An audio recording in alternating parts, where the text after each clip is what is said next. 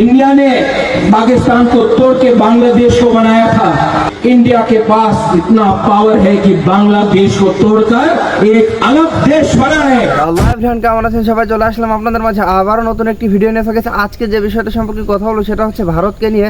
কেননা এই ভারত আমাদের সাথে অনেক খারাপ ব্যবহার করেছে এবং তারা এটাই শুরু না, এর আগেও তারা অনেক ধরনের অনেক খারাপ কাজ করেছে। সীমান্তর কাছ থেকে তারা বাংলাদেশের যুবক বৃদ্ধ শিশু কাউকেই ছাড় দেয় নাই। তারা গত কয়েক বছর ধরে সবাইকেই তারা মারতেছে। এবার এমনকি তারা বাংলাদেশকে হুমকি দেয় এবং তাদের নেতাকর্মীরা, ভারতের নেতাকর্মীরা এটাও বলে যে পাকিস্তানকে ভেঙে আমরা বাংলাদেশ গড়েছি, এবার বাংলাদেশকে ভেঙে তারা অন্য কোনো দেশ গড়বে, তারা এরকম হুমকি দেয় আমাদেরকে। তো আমার কথা হচ্ছে যে তারা এরকম হুমকি দেয়, তাদের নেতাকর্মীরা বাংলাদেশকে এরকম হুমকি দিত, বাংলাদেশ কি করবে এখন? বাংলাদেশ কি চুরি বড় বসে থাকবে? বাংলাদেশের কি কোনো দায়িত্ব নাই? বাংলাদেশ সরকার প্রধান যিনি আছেন তিনি কি এই বিষয়ে কোনো পদক্ষেপ গ্রহণ করবেন নাকি না?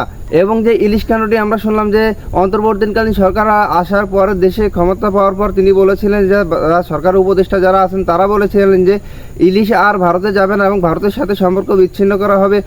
এবং এখন তারাই আবার ভারতের সাথে সুসম্পর্ক করছেন। এবার ভারত আবার বাংলাদেশকে এরকম হুমকি দেয়, বাংলাদেশের সীমান্তর কাছ থেকে বাংলাদেশের জনগণকে এরকমভাবে মারে, অথচ এই বিষয়ে বাংলাদেশ সরকার কোনো অবস্থায় নিচ্ছে না। তো গাইস, কথা না বাড়িয়ে চলে যাবো আমরা সরাসরি স্ক্রিনে এবং বিস্তারিত থাকছে সম্পূর্ণ ভিডিও জুড়ে। শেখ হাসিনা সরকার পতনের পর ভারত বাংলাদেশের সম্পর্কে কিছুটা ফাটল ধরেছে। সেভেন সিস্টার্স, ফেনীর বন্যা পরিস্থিতি ও ইলিশ কাণ্ডে তা অনেকটাই স্পষ্ট। এর মধ্যে সীমান্তে নিরাপত্তা জোরদার করার পাশাপাশি বাংলাদেশকে নিয়ে একের পর এক হুঁশিয়ারি দিচ্ছে ভারত। অনুপ্রবেশ ইস্যুতে দেশটির সরকার প্রধান, স্বরাষ্ট্রমন্ত্রী সহ একাধিক নেতা বাংলাদেশিদের হুমকি দিয়েছেন। এবার খোদ বাংলাদেশকেই ভেঙে ফেলার হুমকি দিল ভারতীয় এক নেতা। इंडिया ने पाकिस्तान को तोड़ के बांग्लादेश को बनाया था। इंडिया के पास इतना पावर है कि बांग्लादेश को तोड़कर एक अलग देश बनाए। ছাত্র জনতার গণবিপ্লবের মুখে সাবেক প্রধানমন্ত্রী শেখ হাসিনা ক্ষমতাচ্যুত হওয়ার পর থেকে বিপাকে রয়েছে পার্শ্ববর্তী দেশ ভারত। আঞ্চলিক শক্তির কেন্দ্র এই দেশটিতে সৃষ্টি হয়েছে কূটনৈতিক সংকটও। তার উপর ভারতের অভ্যন্তরে চলা নানা সহিংসতার ঘটনায় বারবার আলোচনায় আসছে বাংলাদেশ। এমন পরিস্থিতিতে বসে নেই ভারতও। নিজেদের নিরাপত্তায় নানা পদক্ষেপ নেয়ার পাশাপাশি বাংলাদেশ ইস্যুতে কঠোর অবস্থানে রয়েছে মোদী সরকার। এর মধ্যে সীমান্তে অনুপ্রবেশ ইস্যুতে বাংলাদেশিদের ক্ষতিকর বলেও অভিহিত করেছেন ভারতের এই সরকার প্রধান। बांग्लादेशी और रोहिंग्या घुसपैठियों के साथ खड़े हैं। ये घुसपैठिए और कट्टरपंथी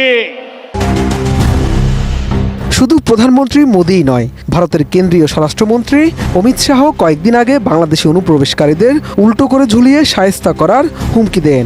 যদিও পরে এই বক্তব্যের কড়া প্রতিবাদ জানায় বাংলাদেশ। তাই সবাই আশা করেছিল হয়তো ভারতীয় নেতারা এবার লাগাম টানবেন। एक बार झारखंड सरकार बदल दीजिए, रोहिंग्या और बांग्लादेशी घुसपैठियों को चुन चुन कर झारखंड के बाहर भेजने का काम भारतीय जनता पार्टी करेगी।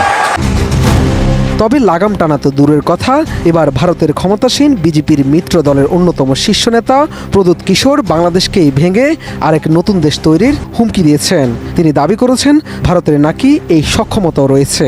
हमको चैलेंज करेगा तो इंडिया ने पाकिस्तान को तोड़ के बांग्लादेश को बनाया था और आज भी इंडिया के पास इतना पावर है कि बांग्लादेश को तोड़कर एक अलग देश बनाए।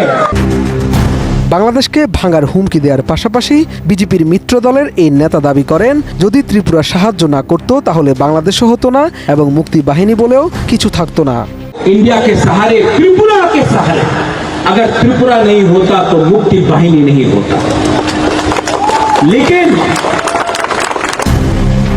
শেখ মুজিব এবং শেখ হাসিনার কারণেই ভারত এতদিন চুপ ছিল জানিয়ে প্রদ্যুৎ কিশোর বলেন বাংলাদেশের সাথে কিন্তু এখন আর তাদের বন্ধুত্ব নেই। যদি বাংলাদেশিরা তাদের চ্যালেঞ্জ জানাতে পারে তাহলে মনে করিয়ে দিতে চান পাকিস্তান ভেঙে ভারত বাংলাদেশ তৈরি করেছে, বাংলাদেশ ভেঙে আরেকটি দেশ তৈরি করার সক্ষমতাও তাদের আছে।